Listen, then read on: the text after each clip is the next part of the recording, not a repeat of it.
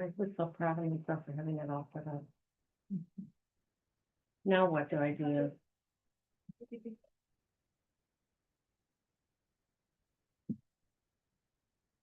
You should be good.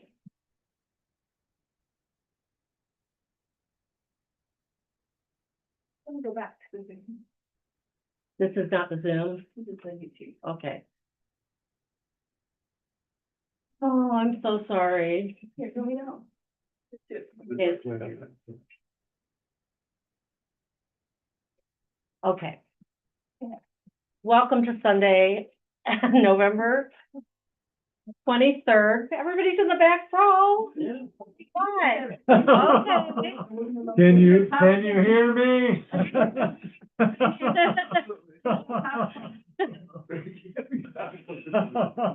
So our presenter today is our own member, Bob Lundy, and Bob is going to be talking about his journey as a Christian through Hinduism. Through Hinduism, thank you very much.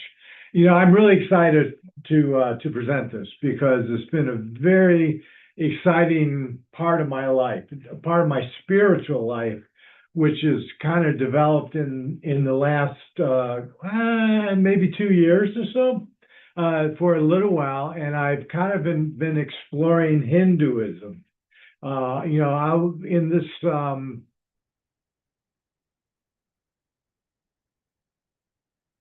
oh, wait a second.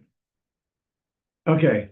In this presentation, I'll talk about Hinduism as my experience in Hinduism. I'm not a scholar, and I have to admit the long words I can't pronounce myself. But I will talk about sort of my spiritual experience in visiting Hindu temples and actually being a fairly regular attendee to a couple of them. One of them in Bartlett, Illinois, which people may have seen this. If you drive on Highway 59 by Bartlett in Illinois, say you're going to Elgin or something like that, it's on your right on the east side as you pass it, and it's just a fantastic looking temple. Actually, what's called a mandir, M-A-N-D-I-R. That's where they house deities, and they house statues of deities in this particular temple. The temple I'll talk about a little bit more in detail, but it's really remarkable.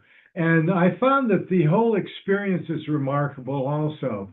I got into it in kind of a slow sort of way. I kind of dabbled in visiting Hindu temples, but then it kind of got me interested in it, and so I've been doing it with some regularity. So, anyways, I'll talk about Hinduism as my experience with Hinduism, but I just tell you right now, I'm not a scholar of Hinduism, and there's a lot of it I don't know about. A little that I do know about, but a lot of it that I don't know about.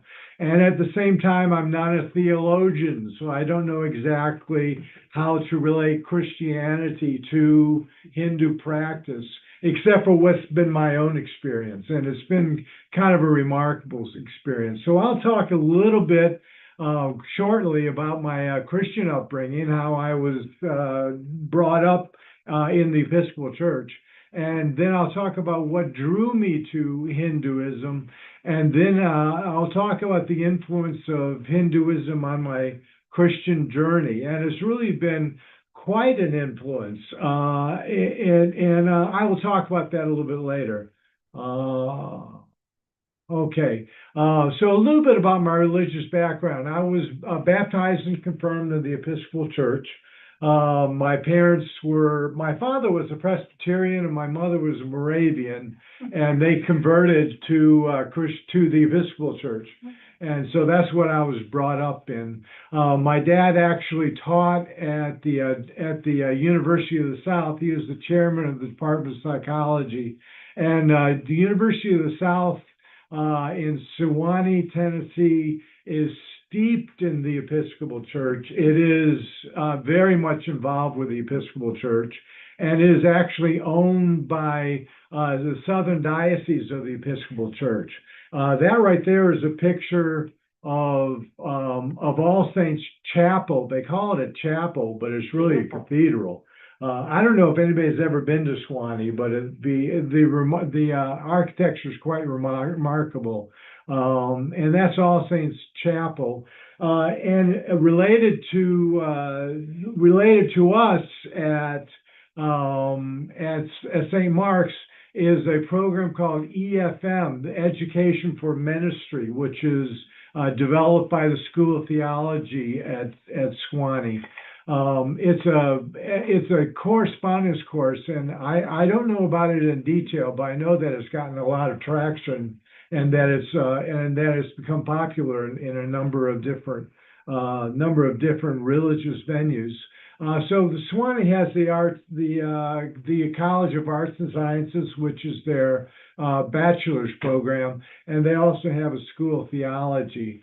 I actually went to an Episcopal high school called St. Andrew's School, and it actually was founded.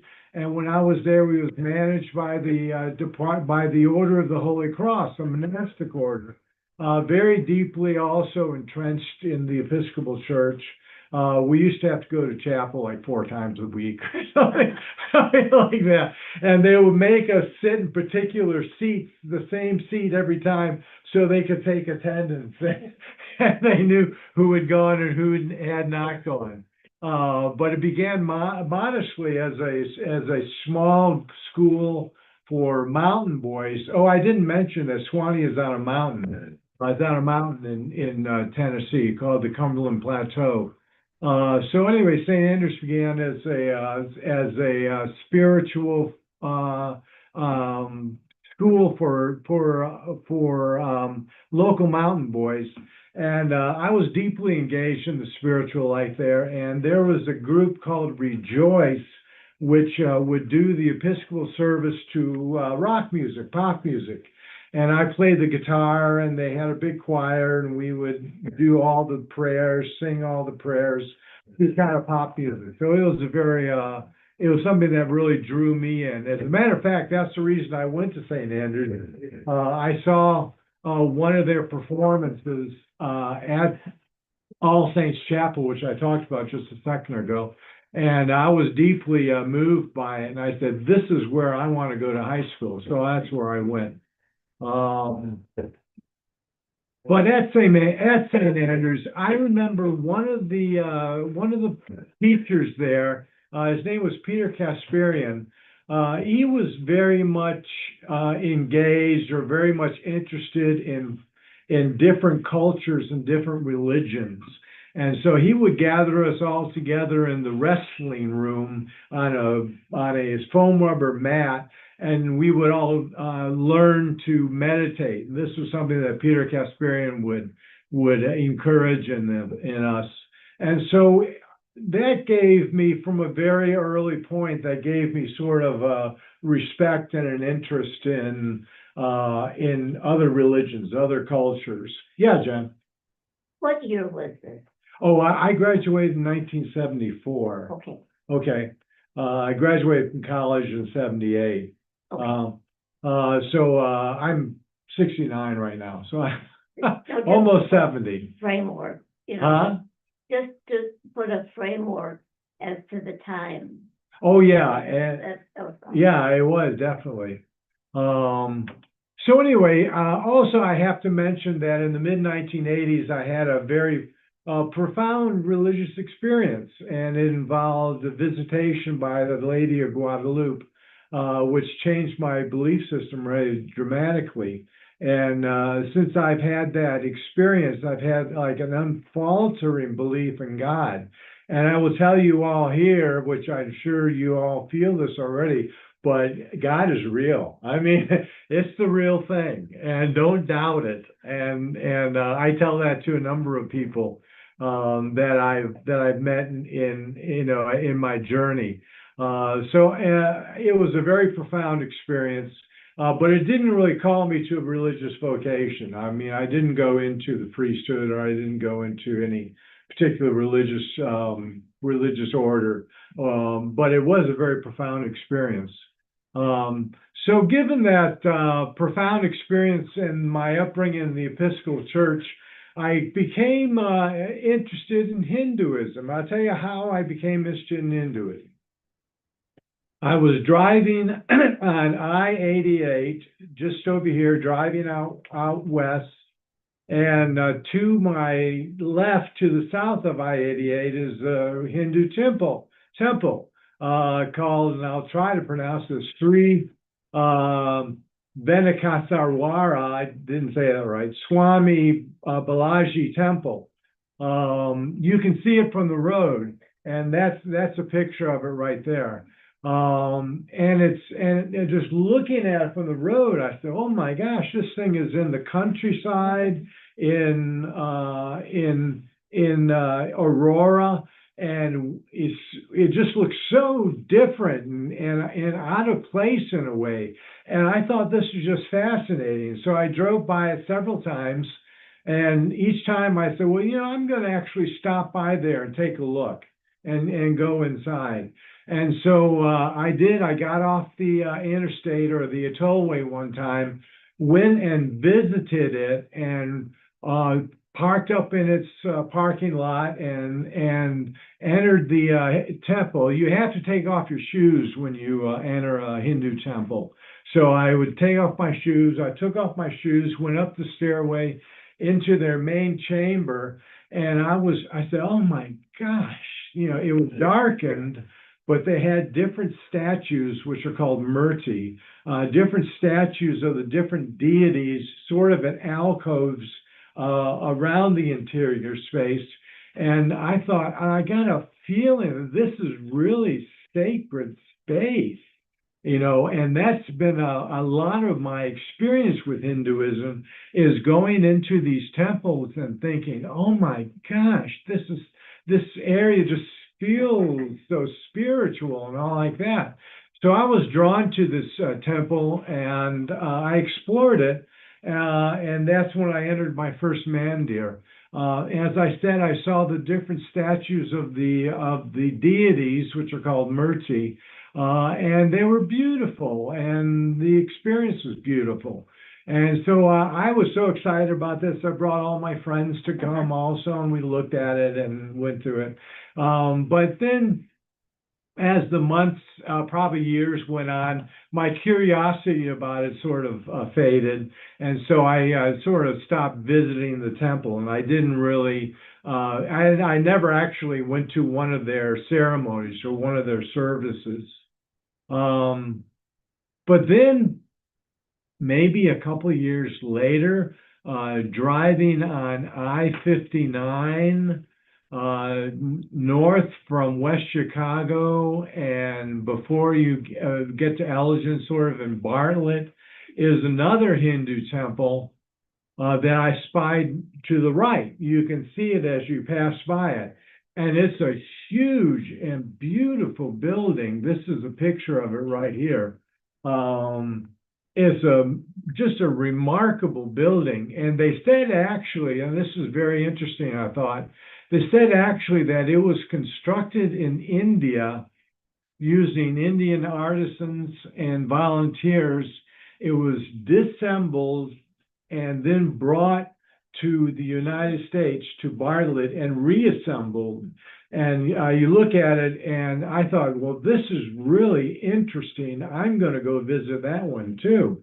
And so I returned and went to the interior of the mandir, and this is what you see. And it's just all these remarkable carvings, just detailed and in Italian marble.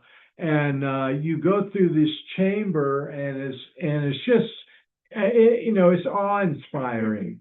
And also within the temple, within the mandir, there are actually little alcoves, and the alcoves house the different statues of deities, what we call also shrines, call also murti. They're M-U-R-T-I, or murti. The different alcoves house the different murti, and you can barely see a couple right there, which are the most important in this particular denomination called BAPS. During specific times of the day, one at 11:15 in the morning, another I think at 4 o'clock in the afternoon, and then another at 7 o'clock at night, the monks in their orange robes will open up the doors to the different alcoves, and you can perceive the murti, the gods. And the idea is that through perceiving the gods, you develop a certain amount of spiritual blessing. And you see the God, you perceive the God, and that is spiritual to you. And at the same time, what I understand is that the spirit of the God which inhabits these different murti, which are invoked into the different murti, they perceive you. And so it's both of a relationship between your perceiving the murti and the deity and the murti perceiving you. So anyway, I got really, my curiosity was aroused again, so I had to go and investigate. Like I said, it was a beautiful mandir with extraordinary carvings on the interior. And so I returned because I thought that these carvings were really, really interesting and really remarkable. I think I brought friends to that also. Then I actually came to participate in one of their ceremonies, and the ceremony is called the darshan, the darshan, a darshan. And the darshan is actually what I just said a second ago. The monks who have the shaved heads, and they've got a little extent of hair, ponytail of sort at the back of their heads. They're wearing the orange garments, and they come in and they open the doors, and you can, and there's music playing. Music just came playing, and people are clapping to the music like this. And they have the doors are then opened, and you perceive the different murti. And like I said, the spirits in the murti perceive you.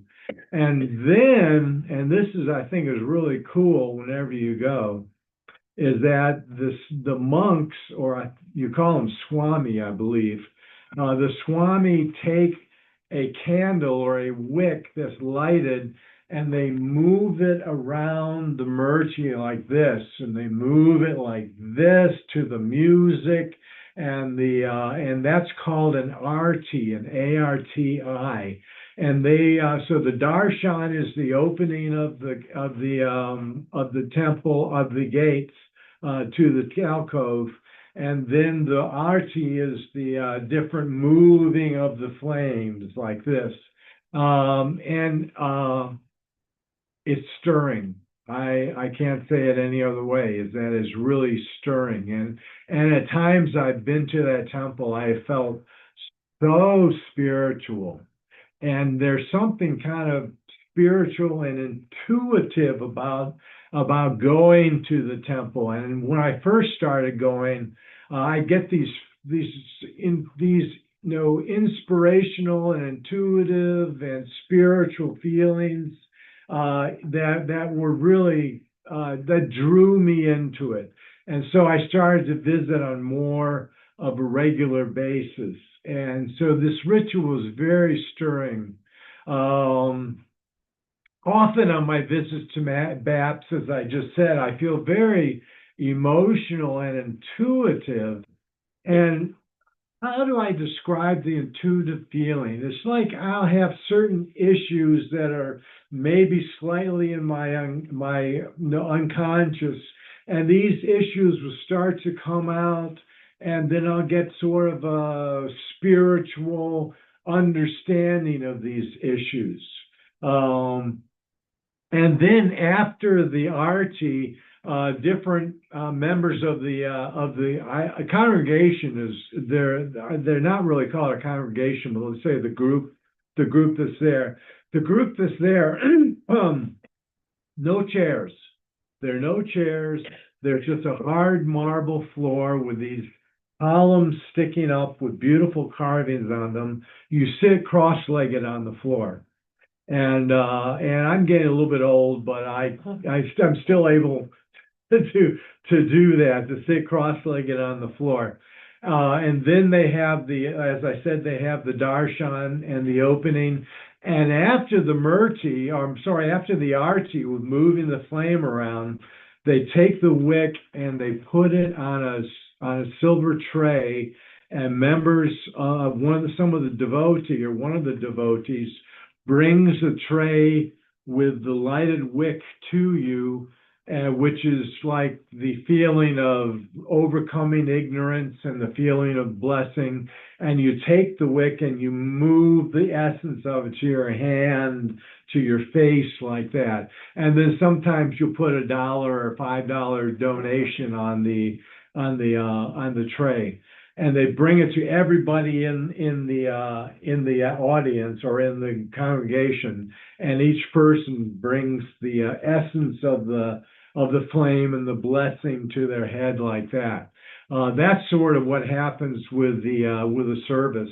So anyway, and after that, people go up to the different alcoves, and you can see them doing a namaste, bringing their hands like this before their heart, and praying, and they pray to the different deities. Do I pray to the deities? No, not really. I respect them. I do a namaste, which is really an idea or an emotion or a gesture of respect, and I think I do pray to them, but there is a little bit of that idea, am I sinning by praying to another god? The first commandment says you should have no other gods before me. I think, well, in the Baptist theology, there is really one supreme God, and the different manifestations of that God, which you see the Murti, they're a manifestation of the God, but they're manifestation of a supreme God. And so that I identify with. Okay, so I say to one of the devotees there, I say, well, I'm really a Christian.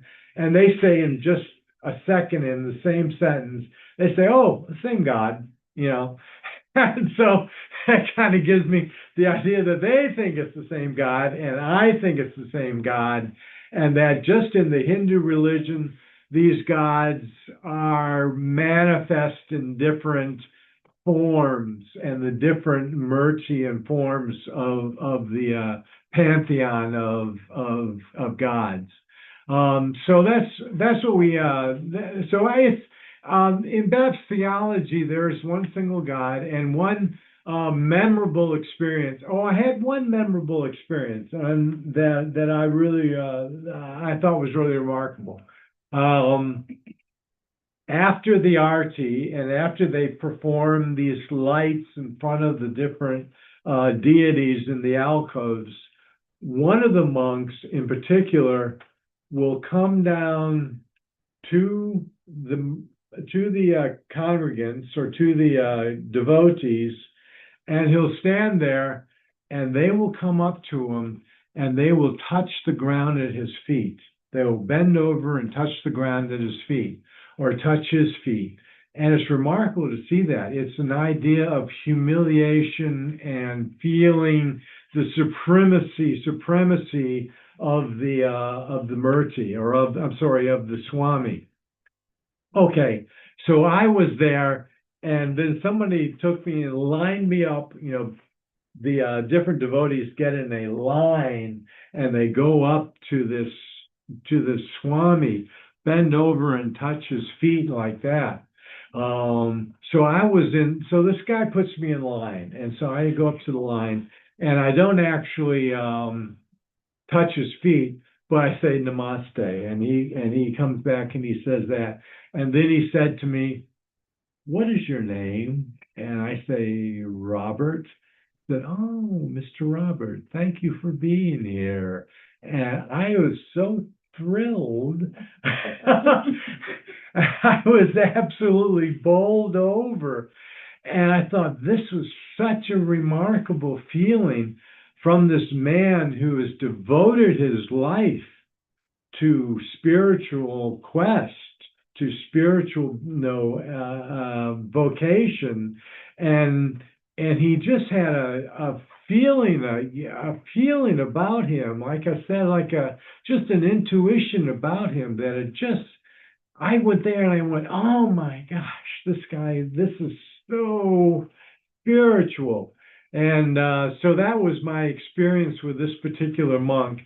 And several times, not all the time, but once in a while, he'll do the same. He'll come down to the devotees, and you'll go and you'll touch his feet. He doesn't really allow me to touch his feet if I do a namaste. And now whenever I do it, he says, "Nice to see you, Mr. Robert."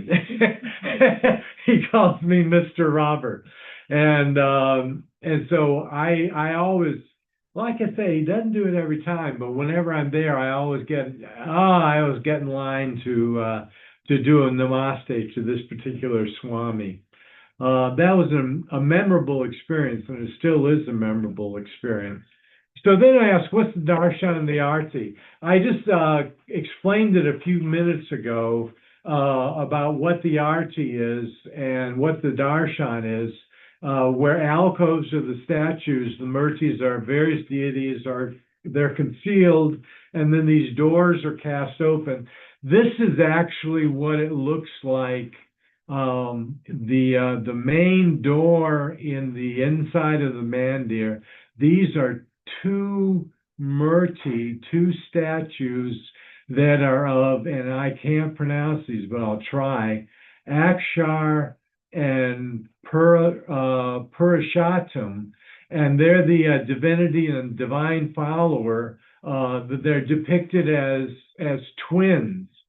So one of the twins is actually a deity, maybe this one on the right here, and then the other one is a devotee who is so following this deity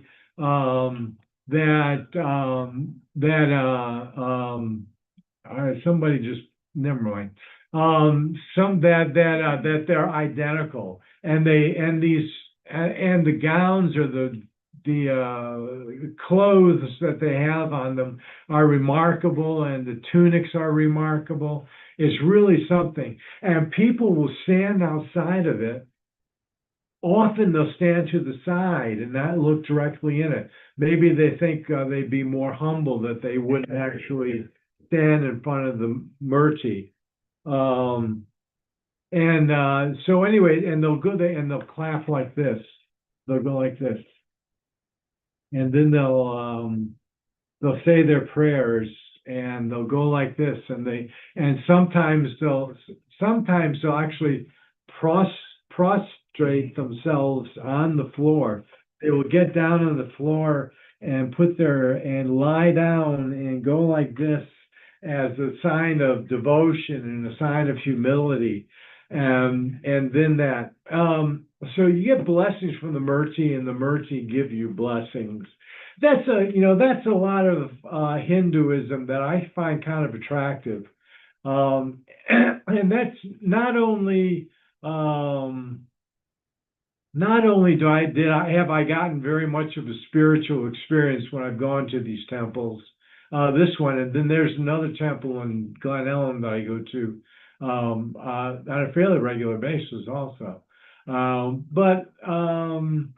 It's the feeling of clapping and devotion in front of them. So as I said, these are Akshar, and these are the central gods to the BAPS theology. And one thing that's kind of interesting is that this is particular, yeah, there's some people signing in there. This is a particular denomination that is in the basis of Vishnu. Okay, there are three. This is the only thing about Hindu theology that I know, and that is that there are three main gods in Hinduism.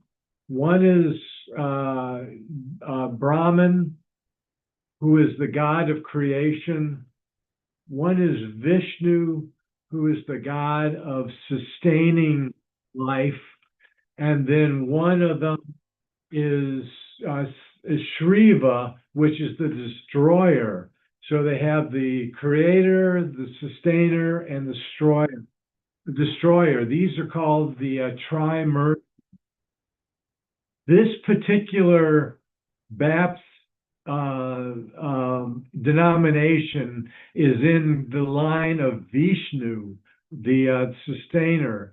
There's another Hindu temple that I go to on a fairly regular basis that is a follower of Shiva, and it's a very different experience. Yeah, and so this is another temple that's actually in Glen Ellyn. I'll tell you a funny thing that happened to me. I was writing, I think, I write Substacks or blogs, and in these blogs, sometimes I'll talk about my spiritual quest. I was kind of deeply involved with this writing this blog about Hinduism, and all of a sudden I said, there are these gates which you can see from Highway 53 in Glen Ellyn. I said, I'm going to go see what those gates are. And so I went up, crossed through the gates, and there's a small temple there, not, completely opposite from Baptist. Baptist is this big, majestic temple. This is a very small and more personal temple. This is called Chicago Kali Berry. Kali means the god Kali, which is one of their gods, and Berry means house of or temple of. Kali Berry, Chicago Kali Berry. This is a very different experience of Hinduism. It's a very different experience, much more personal. And instead of having these short darshan services, they have these extensive services in which they invoke the deity, bless the deity, and so forth. We're going to restart them now. Okay, so you want us to end? No, we're going to end you, but yeah, because people are trying to get into the service now. Okay, I was about to end it. We usually end at 10:20, and it's not quite 10:20. Okay, it's 1 minute, it's Okay. 10:19. Okay, but I was getting ready to end it. Okay. So, yeah. Okay. Okay. Mhm. So what's the schedule here? So when I end it, your slideshow's gonna go away. What's gonna go? Your slideshow will go Oh, away. can I show this before, Well, they're gonna end it for us, so Okay. you go as fast as you can, but I'm gonna tell you, okay. you're on Okay. borrowed time right now. This right here, this is one of the statues, one of the murti called Balaji, and it's a incarnation of Vishnu, and they do what's called the Episcopal, and what they do is they cleanse the murti first with water, and then with incense, and then with oil. And this happens on Sunday mornings, and I'll go to the 8:30 service at St. Mark's, and then I'll go over to Kali Berry and experience the Episcopal at 10.